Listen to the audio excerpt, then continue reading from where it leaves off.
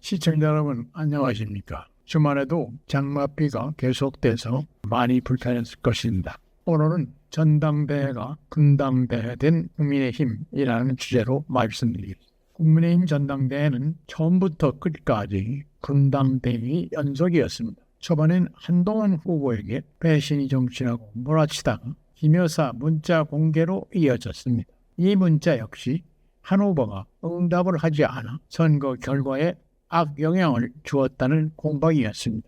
그리고는 곧바로 총선 고의 패배설과 색깔론에다가 노상방뇨, 다중인격 등 저질 폭로전이 난무했습니다. 집권 여당으로서 국정에 대한 책임감과 품격이라고는 찾아볼 수 없었습니다. 이를 지켜보는 보수 지지층의 심경은 어떠했을까? 시쳇말로 안 봐도 비디오입니다. 속이 타들어가기도 했고 실망하기도 하고 어떤 대목에선 화도 치밀었을 것입니다. 그래도 이번 후보들은 합리적이고 장점이 많은 정치인들이라고 믿었는데 기대에 훨씬 못 미치다 보니 어쩌다 저렇게 자폭적 행태만 보이는 것일까 하며 한숨만 나왔을 것입니다. 근거 없는 폭로와 막말은 공멸을 불러온다는 것을 모를까. 급기야는 조폭 수준의 난투까지 벌어졌던 게 제 얼굴에 침 뱉기식 비방뿐인 역대 최악의 전당대회가 됐습니다. 그게 분당대회가 된다는 것을 알고도 말입니다. 엊그제는 공소 취소 청탁 논란이 등장했습니다. 방송 토론회에서 나경원 후보가 한동훈 후보에게 법무장관 당시 제대로 역할을 하지 못했다고 비판하냐. 한 후보가 나 후보에게 법무장관인 나에게 본인이 패스트트랙 사건의 공소 취소를 부탁하지 않았느냐며 그건 법무장관으로서 할 수 없는 일이다라고 대응했습니다. 이에 나 후보는 발끈해서 어디 내가 혼자를 위해서 그랬느냐 27을 위해서 한 말이지 않느냐고 따졌고 한 후보는 계속해서 나 후보 자신을 위해서 한 말이 아니냐고 주장했습니다. 그러나 이 말이 폭로로 비난을 받자 한 후보는 곧바로 잘못을 시인하고 사과했습니다. 패스트트랙 사건은 2019년 공수처법 등 쟁점법원 처리 때 국회에서 벌어진 물리적 충돌입니다. 당시 야당인 국민의힘의 전신인 자유한국당 원내대표였던 나 후보 등 의원들이 대거 기소된 사건입니다. 공소 취소는 특단의 사정이 생겼을 때 예외적으로 검사만 할 수 있습니다. 법무장관은 할 수 없습니다.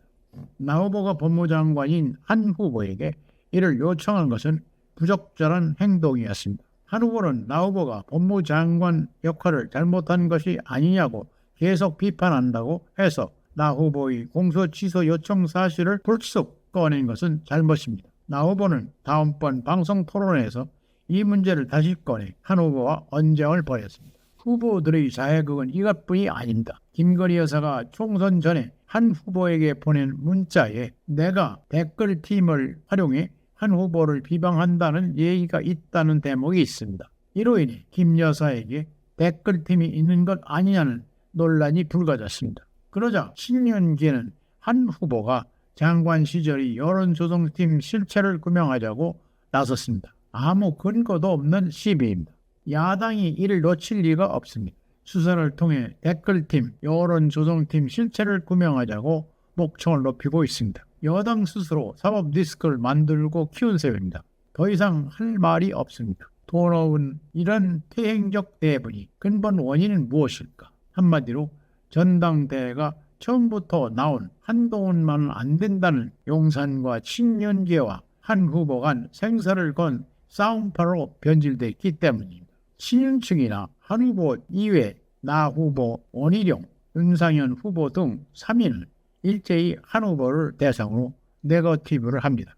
한 후보의 지지도가 가장 높기 때문일 것입니다. 그러다 보니 한동훈이가 대표가 되면 끌어내려 3.1천하로 만들 것이라는 조기 낙마 음모론까지 돌아다닙니다. 분당대회라는 말이 나올 만도 합니다. 그렇다면 어느 후보가 책임이 있는가? 한 후보의 책임이 크다고 할 것입니다. 서로 상대를 비방하는 빈도가 잦았기 때문입니다. 원 후보는 매번 토론회 때마다 한 번도 한 후보를 비방하는 말을 하지 않은 때가 거의 없다고 합니다. 상대방의 정책을 확인하고 올바른 정책인지 문제를 제기하는 일은 드문 것 같았습니다.